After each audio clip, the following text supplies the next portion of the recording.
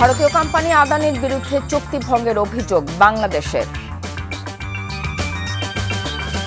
কায়রোতে পাক প্রধানমন্ত্রীর সাথে প্রধান উপদেষ্টার বৈঠক, ৭১-এর ইস্যুগুলো দ্রুত নিষ্পত্তি চেয়েছেন ডক্টর ইউনূস। জনসমর্থনহীন সরকার থাকলে কুচক্রী গোষ্ঠীর সম্পদ লুটে নিতে পারে, দরকার নির্বাচিত সরকার, বললেন তারেক রহমান। ১ জানুয়ারি হচ্ছে না বই উৎসব, তবে জানুয়ারিতে সব শিক্ষার্থীর হাতে নতুন বই পৌঁছানো হবে।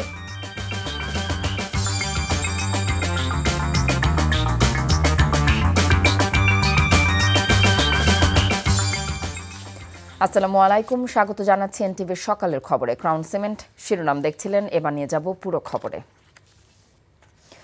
ভারতীয় কোম্পানি আদানি পাওয়ারের বিরুদ্ধে বাংলাদেশের অন্তর্বর্তী সরকার কয়েক বিলিয়ন ডলারের চুক্তি লঙ্ঘনের অভিযোগ এনেছে। এক নথির ভিত্তিতে তথ্য জানিয়েছে বার্তা সংস্থা রয়টার্স।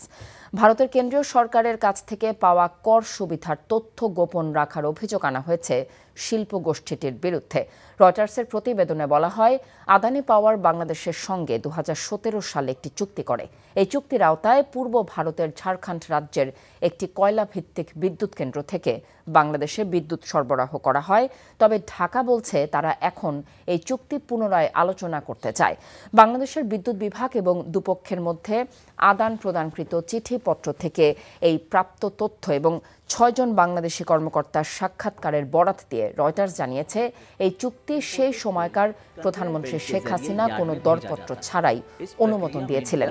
এটি বাংলাদেশের অন্যান্য কয়লা ভিত্তিক বিদ্যুৎ চুক্তির তুলনায় অনেক বেশি ব্যয়বহুল বলেও জানানো হয়। জনসমর্থনহীন সরকার ক্ষমতায় থাকলে কুচক্রী গোষ্ঠী দেশের সম্পদ লুটে পুটে নিতে পারে, তাই জনগণের সরকার প্রতিষ্ঠা করা জরুরি।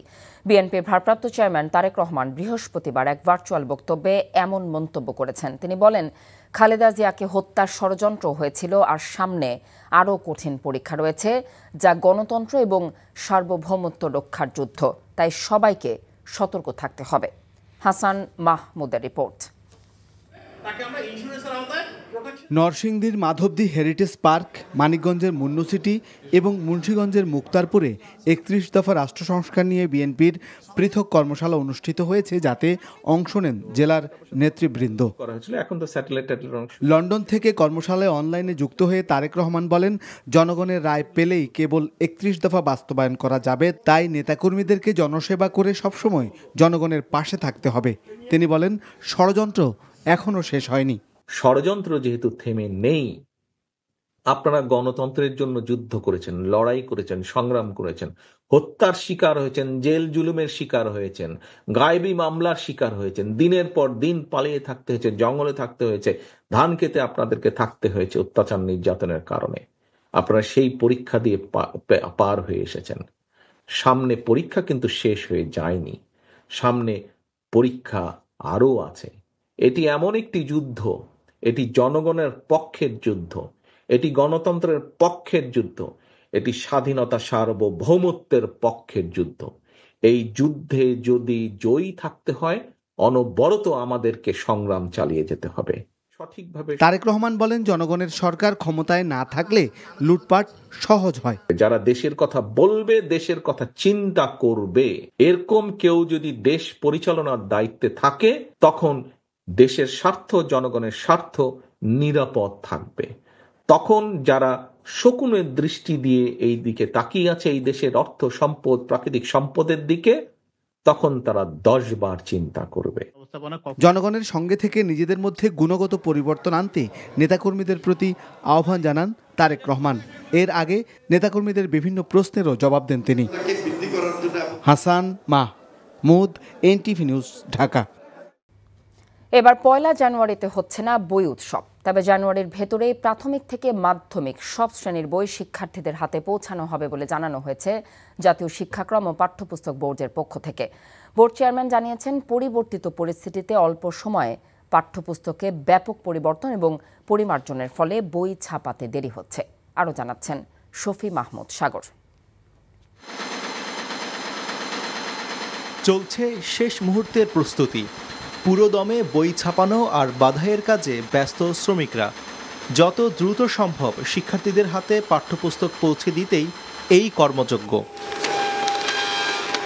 তবে ছাপার কাজ দেরিতে শুরু হওয়ায় বছরের প্রথম দিনে সকল শ্রেণীর শিক্ষার্থীরা সব বই হাতে পাচ্ছে না। আবার মানসম্মত কাগজের পর্যাপ্ত সরবরাহ না থাকায় পূর্ণ গতিতেও সম্ভব হচ্ছে না বই ছাপানো। গত বছরের প্রেক্ষাপট আর বর্তমান বছরের প্রেক্ষাপটটা অনেক পার্থক্য, এবং অতীতের চাইতে যে একটা সময় আমরা পাইতাম 70 দিন একটা টেন্ডারের পরে, এখন সেটা তারা 40 দিনে নিয়ে আসছে। কাগজের ক্ষেত্রে আমরা এখনও প্রবলেমে আছি, কারণ এনসিটিভি যে আমাদেরকে এবার কাগজটা দিয়েছে 85 কিংবা 82 মাধ্যমিকে, এই কাগজটা হচ্ছে আমাদের বিভিন্ন মিলগুলো বাংলাদেশে যারা আছে অধিকাংশ মিলগুলো এই ওনাদের যে রিকোয়ারমেন্ট, এই রিকোয়ারমেন্ট অনুযায়ী দিতে পারতেছে না। গণঅভ্যুত্থানের ফলে নতুন শিক্ষাক্রম বাতিল, বিষয়বস্তু সংশোধন সহ পরিমার্জিত বই ছাপাখানায় যেতে প্রায় 5 মাস দেরি হয়েছে উল্লেখ করে নানা প্রতিবন্ধকতার কথা জানান জাতীয় শিক্ষাক্রম ও পাঠ্যপুস্তক বোর্ডের চেয়ারম্যান। বলেন, পাঠ্যপুস্তকের মান বৃদ্ধি সহ যুক্ত করা হয়েছে জুলাই বিপ্লবের অধ্যায়। প্রিন্টারদেরও অভিজ্ঞতার অভাব আছে, তাদের মেশিন ম্যান, তাদের প্রোগ্রামার, এদের আসলে দক্ষতার অভাব আছে, এটা আমরা দেখতে পেয়েছি। ছাপাটা ভালো হচ্ছে না, এইটা একটা সমস্যা। 8টা কন্টেন্ট দিয়েছি বাংলা এবং ইংরেজিতে এই জুলাই বিপ্লবের উপরে ভিত্তি করে। পাঠ্য বই কখনো দলীয় প্রচারের মাধ্যম হতে পারে না, দুনিয়ার কোথাও নাই, সেগুলোকে আমরা অপসারণ করেছি। বিদ্যমান বাস্তবতায় নতুন বছরের শুরুর দিন সম্ভব না হলেও প্রথম মাসেই সবাই বই পাবে জানিয়ে এনসিটিবি চেয়ারম্যান বলেন, ধাপে ধাপে মাধ্যমিক পর্যায় পর্যন্ত বই বিতরণ করা হবে জানুয়ারির মধ্যেই। প্রথম থেকে পঞ্চম শ্রেণীর বইগুলোকে আমরা 1 তারিখের মধ্যে শিক্ষার্থীদের হাতে পৌঁছে দেওয়ার ব্যবস্থা নিয়েছি। ষষ্ঠ থেকে দশম শ্রেণীর বইগুলো আমরা জানুয়ারির 1 তারিখে যেন আমরা চাচ্ছি যে প্রথম 3টি বই তাদের হাতে, সব শিক্ষার্থীর হাতে তুলে দেওয়ার জন্য। সেই সাথে জানুয়ারির 20 তারিখের মধ্যে অন্যান্য বিষয়ের বইগুলো অন্যান্য শ্রেণীর পৌঁছানোর জন্য আমরা ব্যবস্থা নেব। নিম্নমানের কাগজ ব্যবহারের জন্য প্রায় 80,000 বই ও টেন্ডার বাতিল করেছে এনসিটিবি। এমন সিদ্ধান্ত ভবিষ্যতে অন্যদের জন্য শিক্ষা হয়ে থাকবে বলে মনে করেন জাতীয় শিক্ষাক্রম ও পাঠ্যপুস্তক বোর্ডের চেয়ারম্যান। শফি মাহমুদ সাগর, এনটিভি নিউজ, ঢাকা।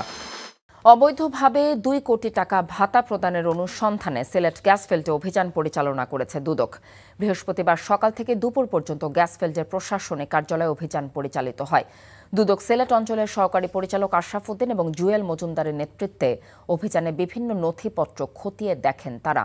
প্রাথমিকভাবে জুলাই থেকে নভেম্বর পর্যন্ত 195 জন কর্মচারীকে অবৈধভাবে ওভারটাইম ভাতা প্রদানের সত্যতা পায় দুদক। এই 5 মাসে 2,86,000 টাকা ওভারটাইমের পাশাপাশি মূল বেতন দেওয়া হয়েছে 2,35,00,000 টাকা। এছাড়া নিবন্ধিত কর্মচারী ছাড়াও অতিরিক্ত 27 কর্মচারীকে বেতন দেওয়ার তথ্য পাওয়া যায়। এসব বিষয়ে অধিকতর তদন্তের জন্য বিভিন্ন নথিপত্র নিয়ে যায় দুদক। এ বিষয়ে গ্যাসফিল্ডও তদন্ত করবে বলে জানিয়েছেন প্রতিষ্ঠানটির ব্যবস্থাপনা পরিচালক মিজানুর রহমান।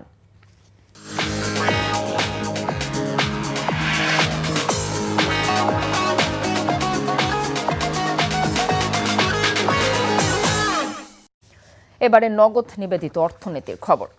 অর্থনীতির নাজুক পরিস্থিতি সামলাতে না পারলে নির্বাচিত সরকারকেও কঠিন পরিস্থিতিতে পড়তে হবে বলে মন্তব্য করেছেন আইএমএফ ডেভেলপমেন্ট মাইক্রোইকোনমিক্স প্রধান ক্রিস পাপাজর্জিও।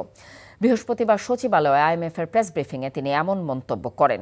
আইএমএফেরও সীমাবদ্ধতা আছে উল্লেখ করে তিনি বলেন, বাংলাদেশ সরকার অতিরিক্ত যেই $750 মিলিয়ন চেয়েছে সে বিষয়ে পর্যালোচনা করে সিদ্ধান্ত নেওয়া হবে। মূল্যস্ফীতি না কমায় বাংলাদেশ অতিরিক্ত চাপে আছে জানিয়ে তিনি নীতি পরিবর্তনের পরামর্শ দেন। এ ব্যাপারে সংস্থাটি সহযোগিতা করবে বলেও জানিয়েছেন তিনি। আইএমএফের কোনো রাজনৈতিক উদ্দেশ্য নেই উল্লেখ করে পাপাজর্জিও দরিদ্র মানুষ যেন খাবার সহ নিত্য প্রয়োজনীয় পণ্য সহজেই কিনতে পারে সে ব্যাপারে সরকারকে দ্রুত ব্যবস্থা নেবার আহ্বান জানিয়েছেন। আমরা লক্ষ্য করেছি মূল্যস্ফীতি যেভাবে কমার কথা ছিল তা হয়নি। বিশেষ করে খাদ্য মূল্যস্ফীতি অনেকটাই বেশি। এটা বাড়তে থাকলে ভবিষ্যতে সংকট আরও বাড়বে। এই বছর $1.3 বিলিয়ন দেয়া হয়েছে। এডিবি, বিশ্বব্যাংকও সহায়তা করছে বাংলাদেশকে। যদিও বাংলাদেশ অতিরিক্ত আরও অর্থ চেয়েছে, তবে আমাদের সেক্ষেত্রে আরও হিসেব নিকেশ করে সিদ্ধান্ত নিতে হবে। Food inflation. দেশীয় অ্যাথলেটদের অংশগ্রহণে রাজধানীর পূর্বাচলের জলসিঁড়িতে বাংলাদেশ অলিম্পিক অ্যাসোসিয়েশন কর্তৃক আয়োজন করা হচ্ছে 10 কিলোমিটারের হাফ ম্যারাথন। এই মুহূর্তে সেখানে আছেন আমাদের সিনিয়র করেসপন্ডেন্ট কুশল ইয়াসির। আমরা সরাসরি যুক্ত হচ্ছি তার সাথে। কুশল, ম্যারাথনের সবশেষ কি তথ্য আছে আপনার কাছে?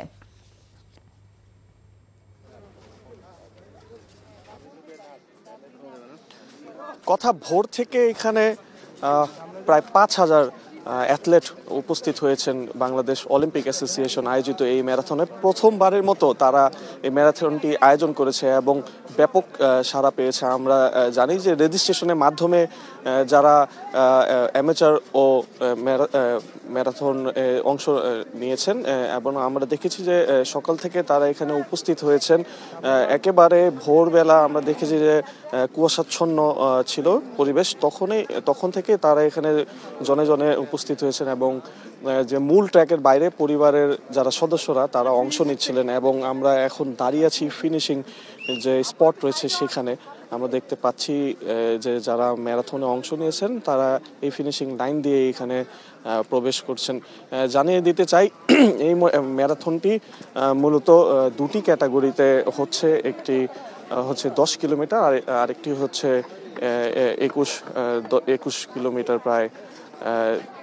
আমরা সকাল থেকে এখানে উপস্থিত হওয়ার পর দেখতে পাই যে 6টার সময় বাংলাদেশ অলিম্পিক অ্যাসোসিয়েশনের মহাসচিব তিনি এই ম্যারাথনটি উদ্বোধন করেন এবং তারপর থেকে কিন্তু দেখতে পাচ্ছিলাম যে জনে জনে এইখান থেকে পুরো জলসিঁড়ি যে প্রকল্পটি রয়েছে পূর্বাচলের, সেই প্রকল্প এলাকায় সেন্ট্রাল পার্কের আশেপাশের যে এলাকা, পুরো এলাকা জুড়েই আমরা এই ম্যারাথনের যে পরিস্থিতি তা দেখতে পাই। এখানে 14 বছর থেকে শুরু হচ্ছে, বিভিন্ন ক্যাটাগরির বিভিন্ন শ্রেণী পেশার মানুষ এখানে অংশ নিয়েছেন।